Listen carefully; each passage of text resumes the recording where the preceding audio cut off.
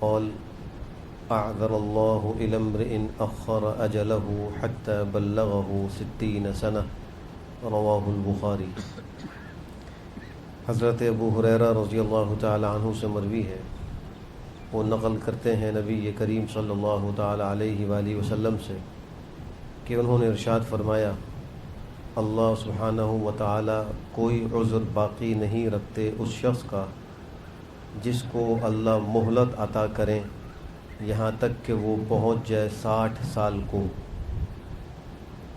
جس شخص کی عمر 60 سال ہو جائے، اللہ سبحانہ و تعالیٰ اب اس کے لیے کوئی عذر باقی نہیں چھوڑتے۔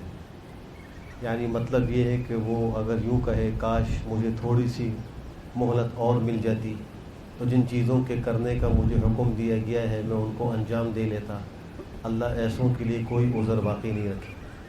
اور حیرت کی بات یہ ہے کہ جب انسان اس عمر کو پہنچتا ہے، حدیث شریف کی روح سے تو اس امت کی جو اوسط عمر ہے وہ 60 سے 70 سال ہے، اس سے زیادہ اس کی عمر نہیں ہے۔ عام طور پر اسی کے اندر انسان کا انتقال ہو جاتا ہے، لیکن بات یہ ہے کہ اس موقع پر دو چیزیں حدیث شریف کی روح سے انسان میں جوان ہو جاتی ہیں۔ ویسے تو جسمانی اعتبار سے وہ کمزور ہو رہا ہوتا ہے، اس پر بڑھاپا آ رہا ہوتا ہے، لیکن دو چیزیں اس میں جوان ہو جاتی ہیں۔ ایک حرص، مال کی حرص، مال کی محبت، اور دوسری